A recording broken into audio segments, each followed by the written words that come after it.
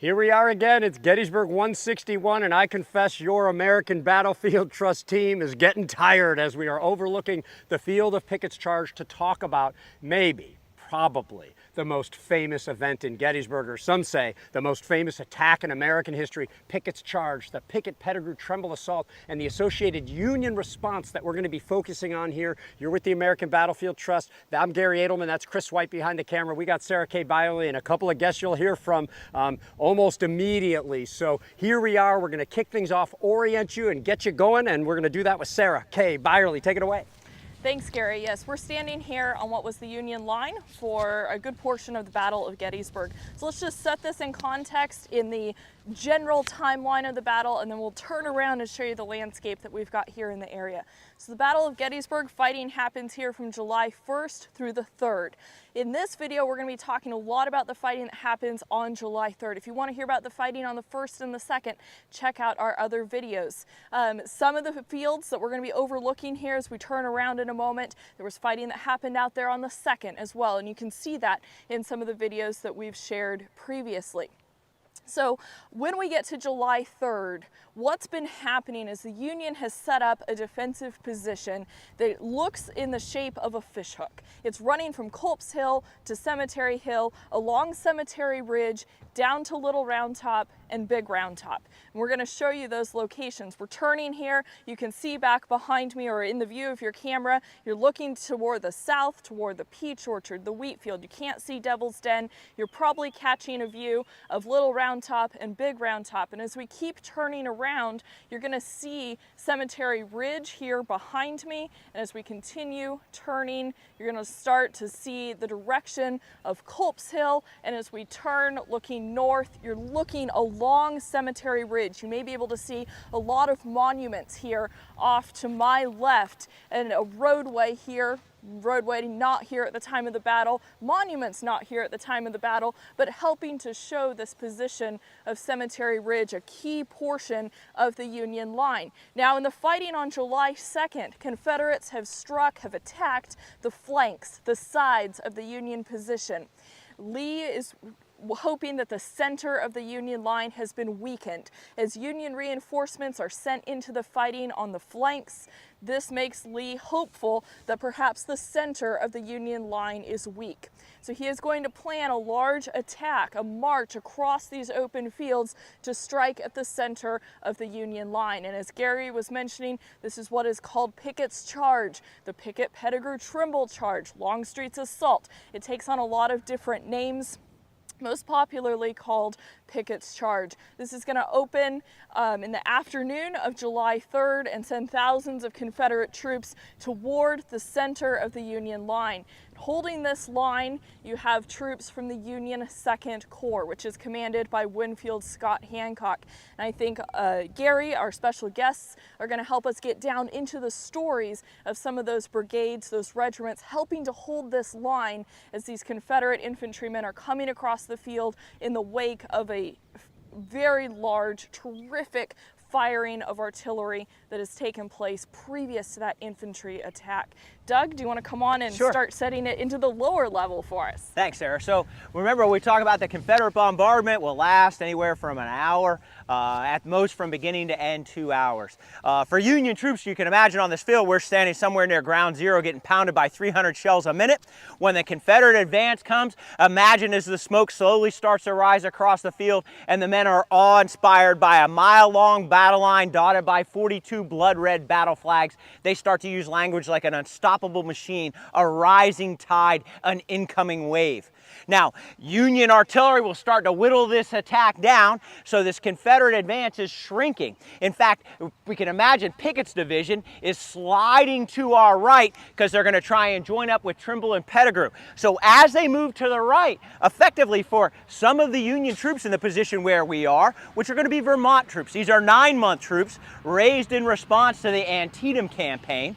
They're in the defenses of Washington. They have anywhere from 2 to 4 weeks left on time of service. They're members of the 1st Corps, but they're in the center position during July 3rd.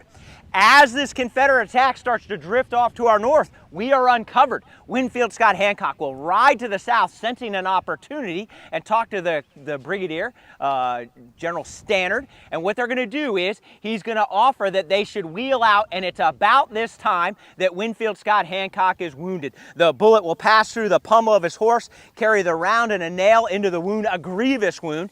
It'll happen, well, arguably, if we go by the monument, it happens right down there. As he falls from the horse, he's captured by 2nd Lieutenant George Benedict of the 12th Vermont, keeps him from hitting the ground. He's an aide in the 12th Vermont. Later on in the day, as Hancock gives this order, the Vermonters have already started. The 13th and 16th Vermont are going to start to wheel out from this position. And as we mentioned on other videos, the Pickett's charge, this attacking into a wall, it's attacking into a three-sided box. And as these Union soldiers wheel out, they're going to start to shoot into the southern flank of this attack. We're going to follow their position where they get to, because it's about 200 yards to the north of this part. Now, I bring up Benedict because later on in the day, when Longstreet finally relents and will send reinforcements, men from Florida and Alabama, they'll drift across the field just to the south of us. Nobody told them that they had been angling to the north. That's that lack of proper coordination. What's going to happen is Benedict will be sent out here to take these 2 Vermont regiments. They will wheel, do 180 degree, and they'll fire into the flank of that. And for that action, Lieutenant Benedict will be awarded the Medal of Honor for his actions on July 3rd, 1863. Now with that, we should probably start heading to the north. As we turn around, we see Lieutenant Stephen Brown, a member of the Vermont Brigade. On the march up here, his men are, in order to make speed, they're told not to fill their canteens with water.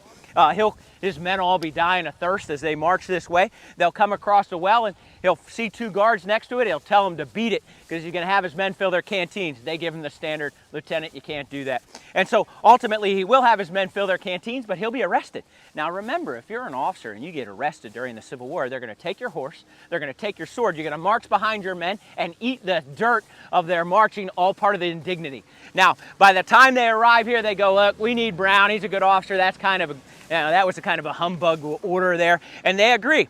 So if you take a look though, it is the Army of the Potomac, and they can't find his horse and they can't find his sword. So if you look under his right foot, you'll see a camp axe, because that's what he uses as his symbol of command on July 3rd. And you go, no, wait, I can see he's holding a sword in his hand. But if you take a close look, that sword isn't connected to his belt. That is a sword that he is going to capture from a Confederate during Pickett's charge. So if you don't think those soldiers had a sense of humor, imagine putting a 2nd lieutenant up on your monument so that you could tell that whole story in that one little snapshot. Now we're moving north and we're starting to move into John Gibbon's line.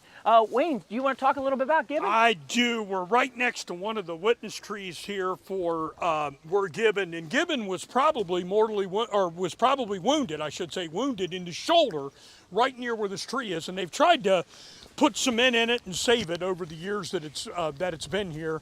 But what a fascinating history if this tree could talk. Now, John Gibbon, as we move up and head north, we just left the Vermonters, which are part of the 1st Union Army Corps, and now we're into the 2nd Union Army Corps, and John Gibbon is going to be the commanding officer of the 2nd Division of the 2nd Union Army Corps, and he's born in Holmesburg, which is a suburb of Philadelphia, and then his family moves down to North Carolina, and he's got brothers in Confederate regiments here in the Battle of Gettysburg. Robert Griffin, who's a surgeon, and he's got another brother named Nicholas, and these men were officers in the 28th North Carolina Regiment. And after the war, of course, trying to repair this family is going to be a difficult thing. Gibbon retires as a military officer. He's in the relief column at Little Bighorn and picks up the pieces related to George Armstrong Custer, and then he dies in 1896, and he's buried at Arlington National Cemetery out in front of Robert E. Lee's house.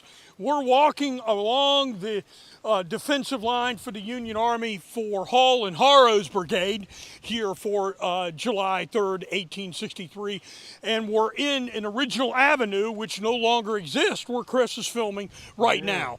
So, Gary, why don't do you want to mention some of that? Because you're the photography guy. Of course I do. We might not. Thanks so much, Wayne. We're so lucky to have have Wayne and Doug and Team Trust out here on a beautiful day. The soldiers would have loved if it was like this today, with a nice breeze out on the field of Pickett's Charge. You see a lot of people enjoying this place, and we're so happy y'all are with us here. We see a bunch of you joining, and we see you joining from a bunch of different places. I won't go into that right now, but we are walking on one of the many battlefield avenues that was conceived, constructed, and then removed. There were a lot of these avenues where when cars were going 8-10 miles an hour, you know, you could have curves and have them access all sorts of points. Eventually, things changed a little bit, and no longer did you really want roads to every access point on the battlefield, and I think we're better off for it. But once in a while, you see a monument or something facing in a screwy way, you know, and that might be why. I can't recall if we're where this path we're taking is. I need Doug's help. Yeah, we're going to hop right out here. Hey, I just want to point out 20th Massachusetts. 20th Massachusetts, why we're here, is commanded by Paul J. Revere. Paul J. Revere. So his grandfather was obviously Paul Revere, coppersmith. He's not here, but his grandson is. He's commanding 20th Massachusetts. 20th Massachusetts, storied regiment. Like I said, we've all been recruited from the same small town, and they were known as the Harvard Regiment. Of the 579 men who served in Harvard during the war, 9 Harvard grads are killed in the 20th Massachusetts. When we think about nearly the 2,500 units that the federal government raises to fight the American Civil War, the 20th Massachusetts suffers the 5th most casualties. On July 2nd, when we talk about Rand's Rights Georgians coming around the big barn and they hit the Union line and they break through here. So in the evening, about 7:15, Lieutenant Colonel Paul Revere is mortally wounded. So he's not here on July 3rd. But of course, the regiment's still in place. One of their newest lieutenants is Lieutenant Sumner Payne. His great-grandfather was Robert Treat Payne, signer of the Declaration of Independence. And if you go, holy cow, this Harvard graduate is here? Yes, they were stewards of this great experiment that had been handed to them by their grandparents. I'm going to bust in real quick here because we have some friends up there waiting for us, so we could take this trail. I think we should see them first and then try to walk out in reverse a little bit. Is that cool? Sounds great. Absolutely. Sorry, Doug. No. So on July 3rd, during Pickett's Charge, it will be Robert Treat Payne, who had dropped out of Harvard, excellent student, was there with ease, knew he was missing the war, knew this was the test of manhood for his generation, and so he joins with the unit. In fact, he joined in Chancellorsville, and now he's here as a company commander. He gets shot in the leg as he's pointing off to the north to send the regiment in that direction. He's shot and killed. So he is killed here, another member of those 20th Massachusetts, and we see that 18-ton pudding stone, state stone of Massachusetts. If we want to tie that back to his great-grandfather's time, pudding stone is a state stone of Massachusetts, and we think Old North Church, 1 if by land, 2 if by sea, sits on a foundation of pudding stone. And that used to sit in the playground in Roxbury, Massachusetts. And they didn't tell us why they used it, but you can imagine maybe they remembered a more innocent time, or perhaps it was that future generations wouldn't spend their innocence on these battlefields. So we're going to come up and we're going to meet some more of these regiments here. Up here we have the 42nd New York, sponsored by Tammany Society. So it's a good do-gooder society. They sponsored the regiment, and I think we have a good artifact up here that might tell us a little bit about some of the men who were here. Sure, I have a cased tin type of Neil McLean, also spelled on the record as Neil McLearn. He was a 24-year-old in full uniform at the time of enlistment, May 1861. 2 years, a month, and a week later, his regiment found himself here in this position behind me. And this gentleman was killed outright. He was one of 15 men from the regiment to be killed. It's one thing, you know, again, I can't thank you enough, Dane, Mike from the National Civil War Museum, to see the faces of those who were killed. There's something about it, especially in this original image. That piece of tin, that hand-colored piece of tin, hand-tinted, you know, that was with him when he took this picture, and now we're learning of his demise. So I think Chris might want to add something. Yeah, Gary, if you don't mind holding the mic. So me from behind the camera. Over here, as Gary's pointed out, this has been tinted, so there is some colorization here. If we get a little bit closer, he's definitely carrying a smoothbore musket. We can tell that by the different bands, even around where his hand is sitting. A bayonet affixed, and of course it has his breastplate over top of a shell jacket that is partially unbuttoned. Military regulations at the time, all you needed to have was your top button, so he's not doing his military regulations, but It's a great forge cap, and you can see his cartridge box over here on the side, as well as his cap pouch. So really great image here, and the case itself that's in is just absolutely exquisite. Yeah, thanks, Chris. Thanks, Dane. I think unconfirmed reports suggest we're about to see you again before too long. Now, before I turn this over to Wayne Motts, we're going to double back a little bit here. But before I turn it over, let me just say that, you know, the way that they dressed, you know, think about how personal that is to you, okay? The way that they wore what they were issued is personal to them, and somehow seeing a picture really brings it home a little bit, whether you survived or did not survive a particular battle or the war. I just wanted to mention that.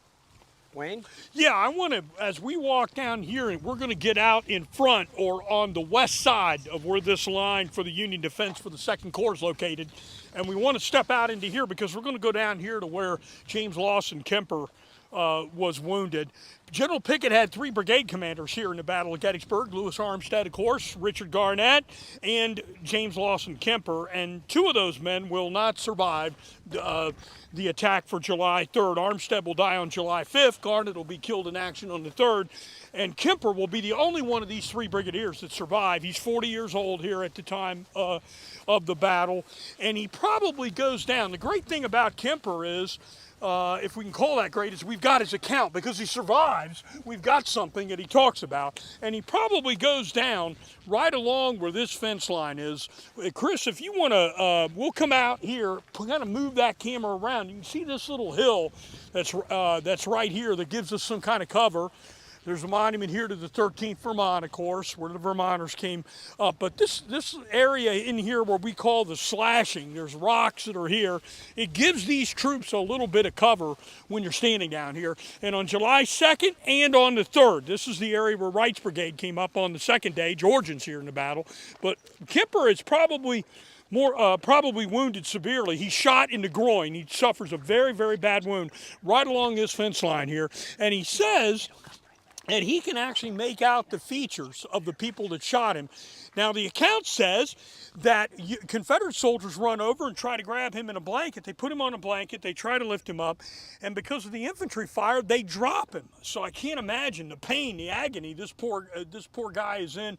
The Union Army soldiers try to come out, but they don't get him, thank heavens for him, and then he's taken back and goes over toward where the Union line is. He's held as a prisoner of war, later on held here, but recovers from this wound to survive the Civil War, the only one of Pickett's brigadiers that does here for July 3rd. That's awesome. Doug? Hey, one of the reasons, again, to come walk this ground is, you know, when we get down here, all the way at this little low spot, you can barely see the top of some of those Union monuments.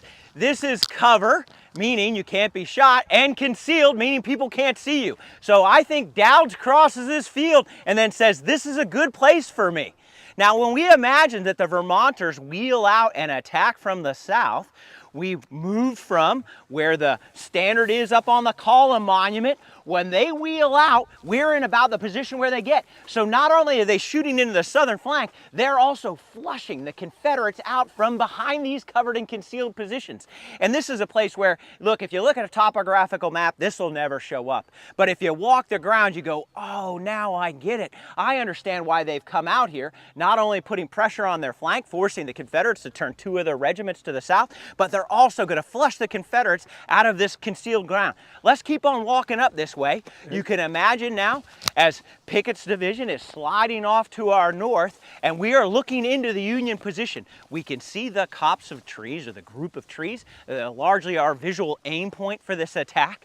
You can imagine now, look, even as we see high ground right in front of us, again, we have some cover and concealment here as we start to approach the Union line. Wayne talked about the slashing we're about to walk through is known as the gate. Brown's battery would go through the gate, which is effectively a hole in the wall, to come out here on July 2nd to support the 2nd Corps' efforts that were ultimately trying to help Dan Sickles stay in position, the very northern end of their line around the Cadore Barn. As we enter into the Union line, you can imagine the 69th Pennsylvania, just off to our left, commanded by Colonel O'Kane. Philadelphia Regiment, they carry the national colors and, of course, the emerald green flag of Ireland. His orders today are, don't fire until you see the whites of their eyes. He's the only one to have all 10 companies marked. when the Confederate line slams into this Union position, the 69th Pennsylvania will refuse 3 companies on each side of them. And it will be in about this position where the Confederates will break through, one of the breakthroughs. Now, one of the conditions for which Edward Porter Alexander will send a note to Pickett would be to say he sees a battery on the southern side of this copse of trees that would be removed. And as they're removed, he says, come quick if you're going to come at all, they're removing batteries. Well, it has since been replaced with a 6-gun battery of Cowans, all double-shotted with canister. You can imagine when these Confederates break through, those 6 cannon go off, and you can imagine they turn this into a giant red cloud. But the 69th Pennsylvania would be fighting in this position as the Confederates slam into this angle. Let me just say, there's just so many comments I can't keep up. But suffice to say, Doug might have more energy than Garry. It might be true. And yes, if you're a great-grandchild of George Sears Green, we're always happy to shout you out here. We have at least 10, 12 videos that reference George Sears Green.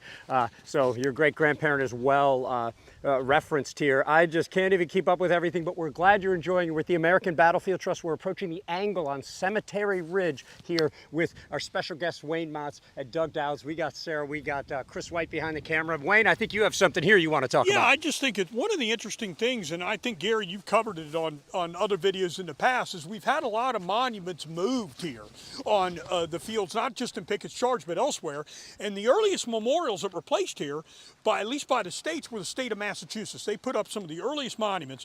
And there's an actual photograph taken along here where Chris is videoing us on Harrow Avenue of the 20th Massachusetts Monument. And if you know where to look, you can see the original position of where the 20th Massachusetts Memorial was, and it was right here. So that pudding rock that Doug just referenced, its original location was right here, and the monument to the 15th Mass was right over behind where the viewers are. And you can line up some of the old images, and you look in the background and you see the Cadore farm, and you can't figure out, well, how did that get that way? That's because the monument has been relocated. Pennsylvanians and New Yorkers didn't like the fact that the Massachusetts, Garry, got here first. Yeah, maybe, and I think, I'm gonna have to up the energy a little bit if Doug's catching up to me or whatever. I just want to say Alicia Boggs is having trouble working because of us and all of our videos. That's exactly what we want to happen. We don't want you to lose your job. We want you to be able to support battlefield preservation. But she also asked if they cleaned up the clump of trees recently. Yes, the Park Service has cleaned up a lot of the brush that used to be there. And let me just say that we went there a year ago. Wayne, Chris, and the National Park Service, we went inside the clump of trees. Check out that video from Gettysburg 160. Yeah, and I just wanted to tip into what both Doug and Wayne were talking about with monuments and the changes of this battlefield.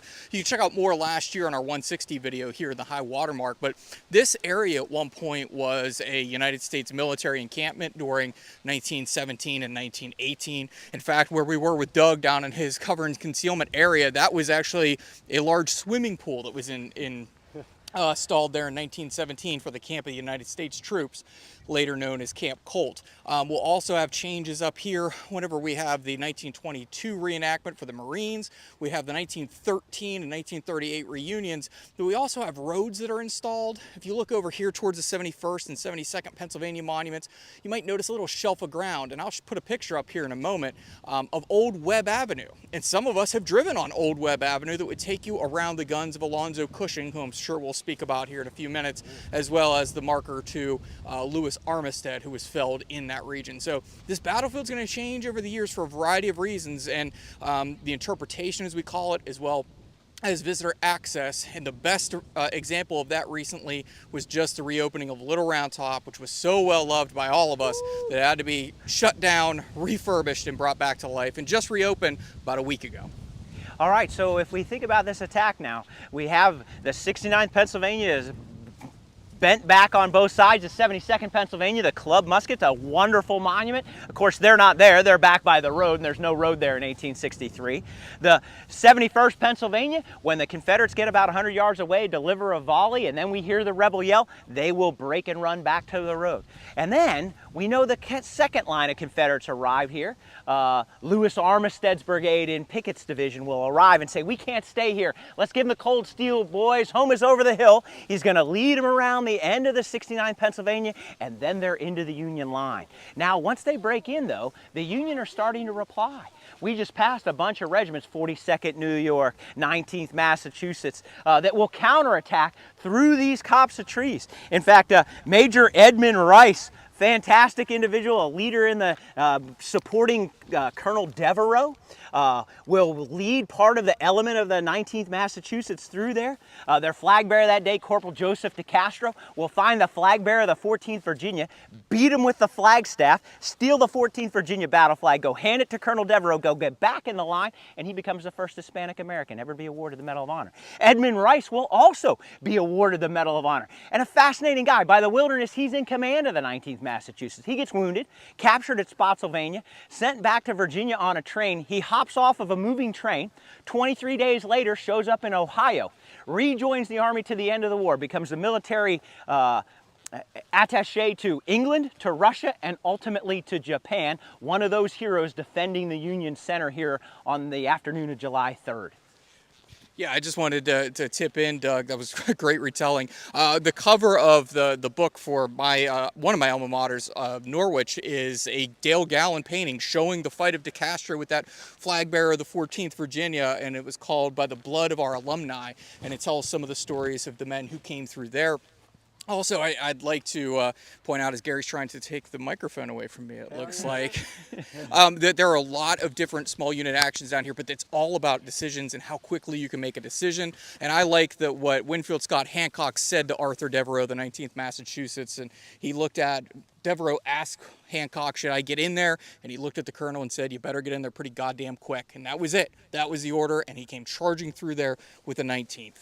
Hey, Chris, we're getting all profane up here in the angle, but war is terrible here. Let me just see, before we go see our friends, remember Doug and Wayne were talking about the 72nd Pennsylvania, the 69th. Well, they are in a brigade commanded by a guy you see over there, Alexander Stewart Webb. Remember, there are cannons up here under the command of Alonzo Cushing, they already mentioned a little bit. And let's get a little bit up close with some of the objects from this, because I think you're really going to actually enjoy this. Again, this is Dane from the National Civil War Museum, assisted by Mike, who has been called Fred Durst, but I'm sure it's not him. So, Dane, what do you got?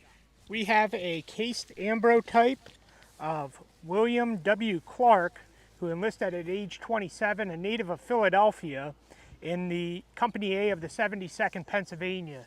And he was another individual killed here on the third day of the battle, outright. Very, very interesting image. Hatless in this image, also has the musket and bayonet connected to it. It's a great piece as well. And then over here, we have the very prime piece, Alonzo H. Cushing's officer's belt. And we'll allow Chris to get a nice close-up of that. All original leather. Not polished too often, probably in its lifetime. Wayne, sorry, I took it off you. I'll let you speak here, but this is a beautiful piece. This is what Alonzo Cushing was wearing when he was killed here at Gettysburg. This is an officer's belt with the sword hangers here off the side. You can see the Federal Eagle belt plate, and you can also see his initials, AH, and then, of course, his last name, Cushing. Sorry, Wayne, there you go. No, I just want to say, we've got a picture probably of Cushing in this belt. There's one taken in Antietam that matches pretty much what this belt is. And if you look up here at the top, we've always wondered about these dark stains on that belt, whether because he was wounded, of course, down in the bottom part of his body, right up near where his waist was. One of his wounds, he got wounded in the shoulder, he got wounded in the groin, he had multiple wounds, and then the fatal wound that went through his head. But it makes you wonder what's actually on that belt. And it looks like this picture that's at the Library of Congress, which you can go to Library of Congress and download and blow it up or enlarge it as Gary would do. It's probably this belt that he's actually wearing in that image, which is pretty fascinating. This is such a special moment brought to us from the National Civil War Museum in Harrisburg that I want to invite any of our other guests who have anything else to offer about this idea of here you have an object that was here with somebody whose picture we have, who was awarded the Medal of Honor much later, about bringing this back to the place where it happened. Whether the stains are real, but does this somehow increase our compassion or understanding for these stories we've heard so much about? Anybody? We're switching mics. Yeah, so I'd offer it does, in the sense of at some point we go 161 years ago, these people fought here, and it can become pretty ethereal pretty quick. It's a beautiful day. Everybody's driving around, generally speaking, with smiles on their faces. And you can lose the horror of these battlefields until you get an object like this, that now it becomes incredibly concrete. Like, that had a real function. He's got a sword on that. That's a symbol of command. That's what he's using to guide this battery. He's got a real job here. You know, a graduate of the class of West Point from 1861, he's wearing that because he's commanding a battery, and the battery's getting pounded. They lose 4 guns during the bombardment. 4 of his caissons go off high order. Although he's wounded in the shoulder and in the groin, he's holding his intestines in with his left hand. He's ordered off the field. About then, a shell comes in and rips some of the spokes out of one of his last 2 pieces, and his artillerists are like, okay, well, we can leave. And he'll draw his pistol, and he'll remind him of the standard. Go get the spare, and he'll change it. And he'll make them roll their last 2 pieces of artillery up to the Union line right next to the 69th Pennsylvania. And of course, it's why he's standing there holding the lanyard of one of those last pieces of canister that the round goes down his mouth. Of course, it was 10 years ago that he was awarded the Medal of Honor, the 64th to be awarded to a Gettysburg soldier, and the last to be awarded to a Civil War soldier. But when you see an object like that, all of a sudden it becomes much more concrete. It's no longer this just an interesting story from the past. Now that's very real, as we stand in a very real place. Very well put, Doug. And let's go with one last one. Dane, what do we have here? We have a model 1860 staff and field officers sword made by Tiffany and Company that belonged to Alexander Stewart Webb. Has his name engraved on the back there, and also, of course, the officer depicted in the back monument behind us. Webb was a 33-year had a 33-year term as president of the City University of New York, and there's a similar monument to him up in New York as what's seen here at Gettysburg. Wow, again, you know, the beautiful sword. I think I've seen this one. This is one of the only pieces I've seen out here before. We can't thank you enough. We're going to see more from the National Civil War Museum in Harrisburg. We can't thank you enough. Make sure you go visit that place when you're in this area. It is definitely worth a visit. So thanks so much, Dane. Wayne? I just want to say, and these 2 objects link, so the belt of Cushing and this sword for Webb. It's, remember, Cushing goes to Webb and asks to remain permission to stay with his battery when he's here, because he's been hit in the shoulder and hit in the groin, and he's pretty badly wounded, but he wants to request permission from Brigadier General Webb to remain with his guns, which he does, and those 2 advanced guns right up here by where we're standing. He had 6 guns here in action, and he probably had 2 that were right up here along the stone wall when he's killed, which of course are overrun by men of Armstead's brigade and the others. My word, we could stand here and talk for a good 4 or 5 hours, a 4 or 5 hour tour of the angle that Chris is focusing on right here. This is the angle in the stone wall off to the right that lends this place its name, but we got to keep walking. We got to cover more of the Union defense. It didn't just happen here, and I'm going to invite Doug and Wayne to just continue this story. Well, so if we imagine, you know, we said that, hey, Armstead's men break through, and the debate is how many men? No more than a couple hundred, of course. We talked about the Union soldiers advancing. They're reacting, right? This is, we learn from the past, we anticipate the future, and inevitably you anticipate the future wrong, so you must adapt to your current conditions. Union soldiers attacking from the south. About this point, Webb will get the 71st and the 72nd Pennsylvania to launch a counterattack that will drive those last few score of Confederates back over the wall to secure this part of the Union line. What we're going to do is transition to what we would call the outer angle. As we do so, we're going to pass some batteries that are here. We have Arnold's battery. We have now moved largely from Pickett's division. We're starting to enter into where Trimble's and Pettigrew's division would be coming across the field. One of the attacks we talked about earlier in the day. Anything to add? Yeah, I just want to say, you know, Burkett Fry, the brigade for Archer, he commands Archer's brigade, is up against Pickett's division, and they come into where the angle is located too. So you've got some Tennesseans, you've got them mixed, there's Alabama in there, but you got the Tennesseans in there mixed with some of these Virginians coming right up against this wall. And as we go on the outer angle, and then as we head north here, the artillery in the Union positions, we're still passing the 2nd Corps, but we're going to go over to Alexander Hayes' division now and talk a little bit about that. Yeah, one of my favorite stories about Burkett Fry is, number one, his brigade is going to be basically the guiding post for Pickett's charge as they come across.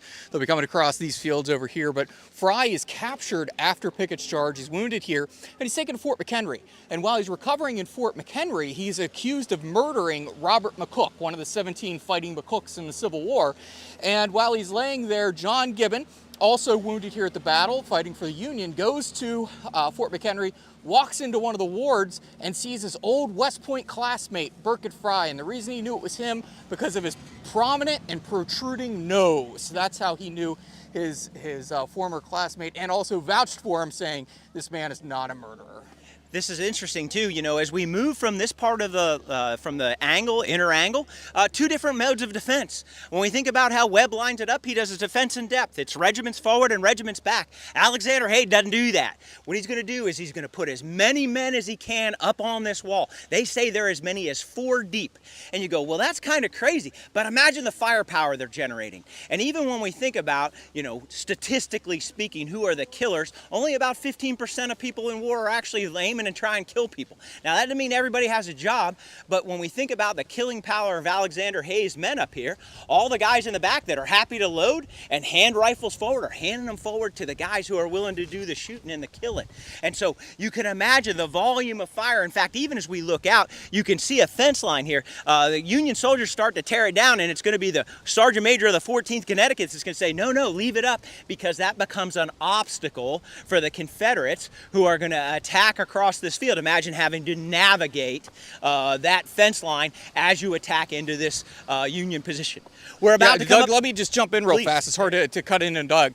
But this is where you get the Fredericksburg feel. After this battle is repulsed, or this attack is repulsed, the Federals will start chanting Fredericksburg. And at Fredericksburg, the Federals took on a Confederate fixed fortified position that started with two ranks deep, and by the end of the day at the sunken road at Marie's Height, it was 8 to 10 ranks deep, men in the rear firing, or men in the front rank firing, men in the rear loading, and the men in the middle passing forward unloaded and loaded muskets. And one man said he fired so many times that day, his elbow, from his right elbow to his right hip, was black and blue for the next 2 weeks. So this is now Hayes's division pouring that firepower back onto these Confederates and returning the favor from December of 1862. Yeah, I can't stress enough things. There's so many comments, I can't even get to them all. I'm glad you all are here. It's not a video unless Chris brings up the McCooks or Norwich University or both. So Ypres. yeah, there you go. I want to say a couple other things, you know, and here as we work our way into the less known part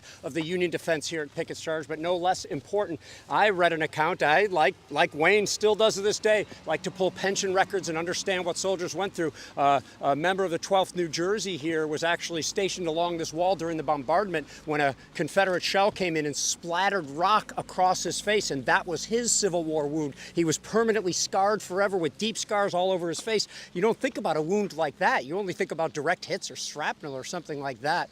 You're with the American Battlefield Trust. Here we are on Cemetery Ridge on July 3rd for Gettysburg 161. We're with Chris White, Sarah K. Byerly, with Doug Douds and Wayne Motts. And we are still walking along Cemetery Ridge, and we're going to work our way towards Ziegler's Grove. There's Doug. Hey, imagine, you know, this 12th New Jersey Regiment here, they're still armed with smoothbores, buck and ball.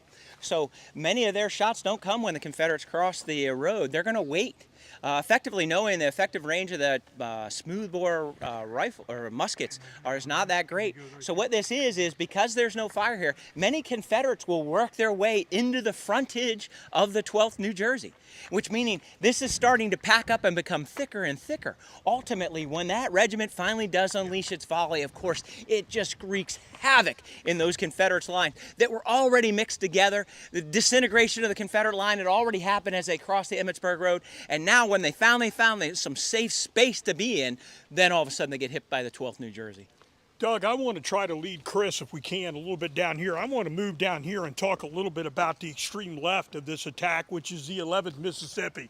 We had a gentleman that saw us before we went on film, and he was wearing a shirt that said the University Grays, which is one of the units. The Mississippi folks put up a monument here, very close to where the stone wall is, for July 3rd, 1863.